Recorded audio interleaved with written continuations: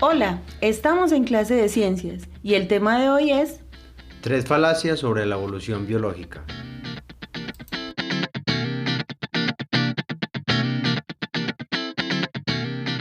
Nosotros somos Ana Milena Grajales. Y Roger Muñoz. La evolución biológica es uno de los grandes pilares del pensamiento científico en general y de la biología en particular. Sin embargo, desde siempre ha sido fuente de discrepancias, debates y lamentablemente en muchas ocasiones de amargos desencuentros. Basta con leer los comentarios de muchos de los posts que hablan sobre el tema en las redes sociales.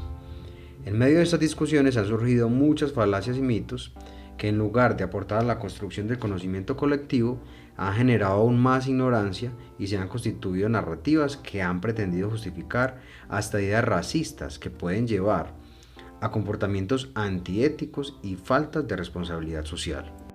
Para hablar de las falacias y mitos sobre la evolución, debemos primero abordar algunos conceptos clave, además de hablar de Darwin, Wallace y otros pensadores. Vamos a arrancar por el principio. ¿Qué es la evolución? La palabra evolución viene del latín evolutio, que significa rodar, cambiar de lugar, ni para bien ni para mal. Para empezar entonces hay que tener claro que la evolución implica simplemente cambio, nada más. Pero este cambio, ¿cómo ocurre? ¿Por qué se da? ¿Ocurre en nosotros los seres humanos? Vamos a tratar de responder a estas preguntas y tal vez otras, analizando algunas de las principales falacias o mitos que han aparecido sobre la evolución de los seres vivos.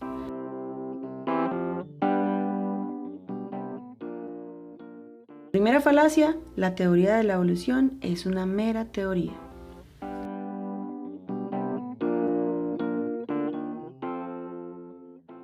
Es muy común escuchar y leer esta falacia. Muchas personas desconocen qué se entiende por el concepto teoría en el mundo de las ciencias y se quedan con la concepción popular o general de la palabra teoría, bajo la cual significa suposición o hipótesis. Sin embargo, en las ciencias es otro cuento. Una teoría es una construcción conceptual conformada por muchos argumentos y sus demostraciones correspondientes, además de evidencias recopiladas de otras áreas del saber. Este es el caso de la evolución, pues cuenta con evidencias de muchas áreas del conocimiento diferentes a la biología, tales como la geología, la genética, la anatomía, la fisiología, paleontología, entre muchas otras. Teniendo claro que es una teoría científica, es mucho más que una mera suposición y que incluye no solo explicaciones, sino también demostraciones. Vamos a conversar un poco sobre la teoría de la evolución biológica. Debemos partir por reconocer que la actual teoría de la evolución no es la misma que propuso Darwin. En la actualidad incluso tiene otro nombre. Se llama teoría sintética de la evolución e incorpora no solo cimientos conceptuales aportados por Darwin, sino también aportes de la genética, la ecología y otras ramas del saber. Esto último no significa que Darwin ya fue olvidado, incluso es algo bueno, pues queda demostrado la superación de dificultades y el constante mejoramiento de las explicaciones científicas frente al fenómeno de la evolución. Es interesante reconocer entonces que ahí vemos dos cosas diferentes. Una cosa es el fenómeno en sí de la evolución y otra es la teoría de la evolución. El fenómeno de la evolución es el cambio de las especies en el transcurso del tiempo y la teoría de la evolución es la explicación, no solo del qué es la evolución, sino también del cómo se da la evolución. Aquí podemos mencionar a Lamarck, un naturalista francés que vivió entre los siglos XVIII y XIX. A este señor le debemos realmente la incorporación del concepto de cambio de las especies, o de evolución, y el principio de la erradicación de otras alternativas como el creacionismo del grupo de explicaciones propiamente científicas. Lamarck logró explicar qué es la evolución, pero lamentablemente no llegó a entender el cómo se da la evolución. Para llegar a este cómo, debemos recordar a dos grandes naturalistas ingleses del siglo XIX. Estos son Darwin y Wallace. De manera independiente, ambos naturalistas lograron explicar el cómo se da el cambio de las especies. El mecanismo al que ambos llegaron fue la selección natural. Por eso el nombre completo de la teoría es evolución por selección natural. Darwin recopiló cientos de especímenes y realizó miles de anotaciones en un viaje de exploración geológica y cartográfica a bordo de un barco de la Armada inglesa llamada el Beagle, en un transcurso de 5 años. Tras este viaje, tardó varias décadas para elaborar la teoría de la evolución por selección natural. De manera alternativa, Wallace, en su trabajo de campo en el río Amazonas y en Indonesia, realizó las observaciones necesarias para configurar la misma explicación al cambio de las especies, es decir, la evolución por selección natural. Por este motivo, esta teoría es atribuida a ambos naturalistas. Debe quedar claro que el concepto teoría en las ciencias la entendemos como una explicación aceptada. Si se quiere, le podemos llamar explicación verdadera. Pero eso sí, siempre sujeta a posibles ampliaciones, modificaciones o incluso eliminación. Eso es realmente lo valioso de las explicaciones científicas. Siempre están bajo la posibilidad de mejorar, de cambiar o de eliminarse si surge una teoría o explicación científica más fuerte. Vamos con la segunda falacia, la idea de progreso lineal. Esta falacia se ha visto reforzada por los medios de comunicación, algunas películas y series, y es que es muy sencillo caer en ella. Después de ver ciertas imágenes o escuchar algunas clases sobre el tema, caer en la creencia de que la evolución es un proceso progresivo de mejoramiento, de perfeccionamiento, que va de menos a más. Existe una imagen típica sobre esta falacia, incluso hay hasta memes y camisetas alegóricas a esta. En la imagen se presenta una sucesión de criaturas humanoides, empezando por algo similar a un chimpancé, luego otro organismo un poco más erguido, hasta llegar a un hombre moderno que porta una lanza. Esta imagen se le llama la marcha del progreso.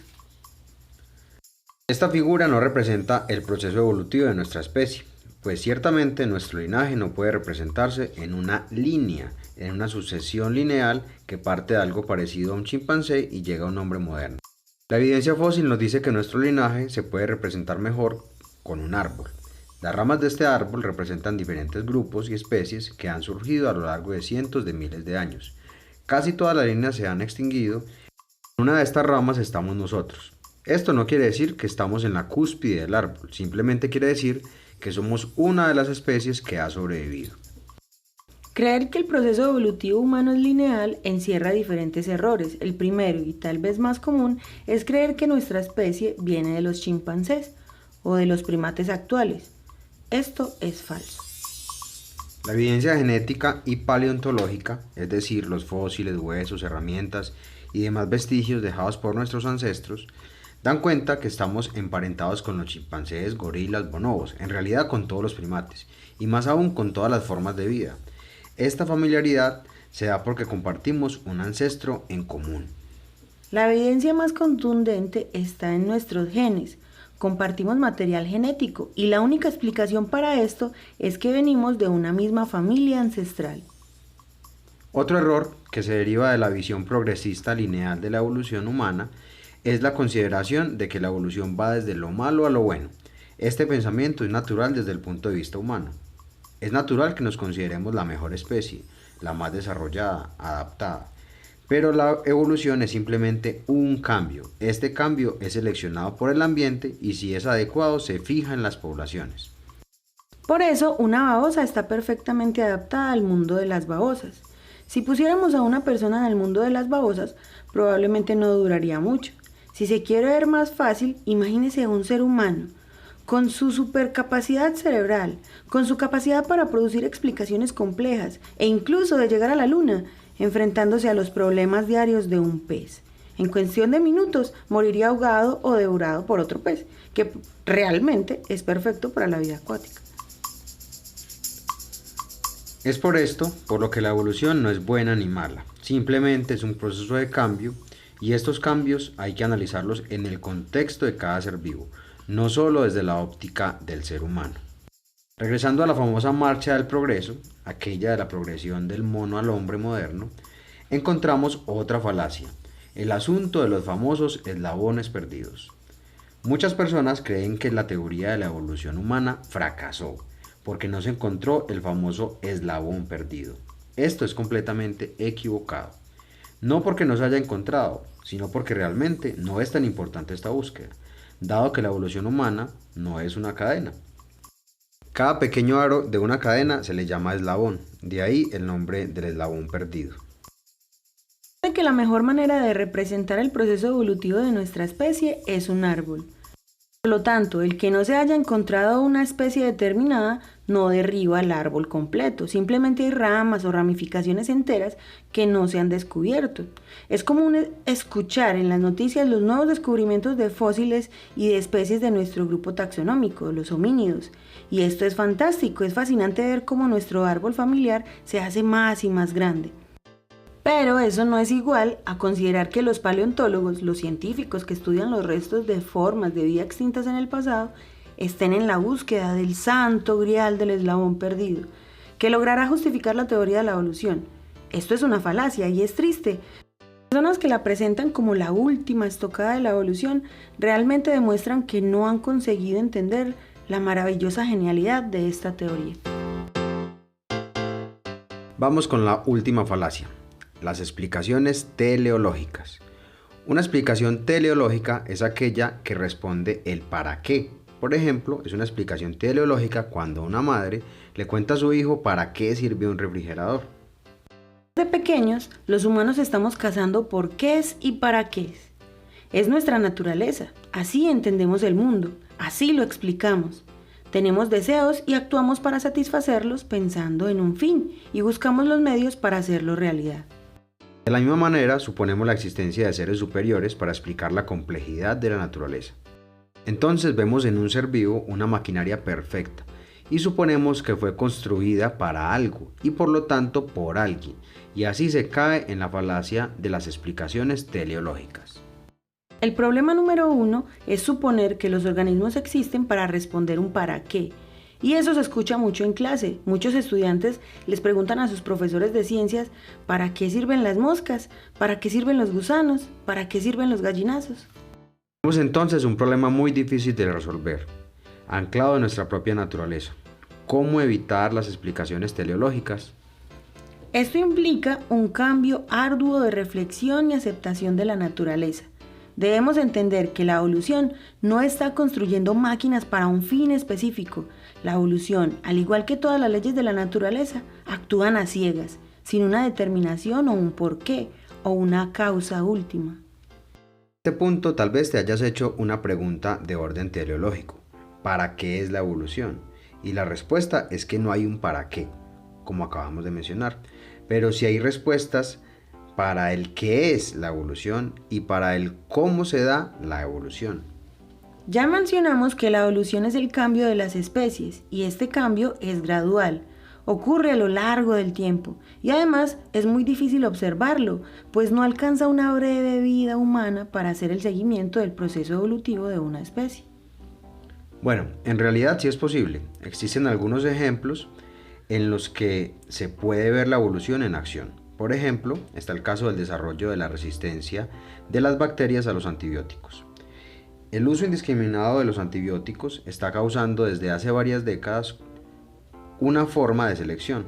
A este tipo de selección la llamamos selección artificial porque es realizada por el ser humano. Y ha logrado eliminar a la mayoría de bacterias que eran débiles frente a los medicamentos.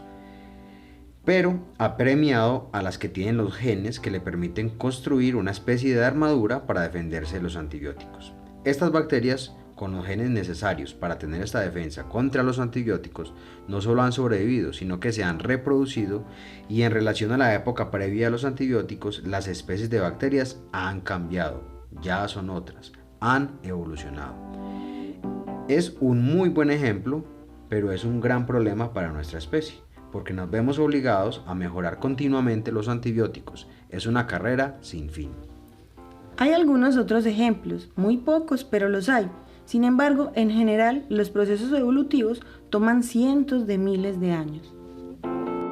A modo de conclusión, podemos decir entonces que la evolución es un proceso de cambio, un cambio gradual de las especies, no de los individuos, a lo largo de mucho tiempo y que no tiene un fin, es decir, no tiene el propósito de mejoramiento de las especies. Comprender la evolución implica reconocernos como parte de la gran familia de la vida en la Tierra. Reconocernos como parte de la naturaleza necesariamente nos debería llevar a entendernos, no como los reyes y amos del mundo, sino como uno más de los resultados de las leyes de la naturaleza, y por lo tanto reconocer que nuestra especie, así como tuvo un principio, tendrá un final. La evolución nos da una gran lección de humildad, muy necesaria para afrontar los retos que enfrentamos como especie en esta y en las próximas generaciones. Y hasta aquí esta historia. Esperamos que también te haya parecido interesante. Así que gracias por escucharnos y nos vemos en la próxima clase. ¡Chao!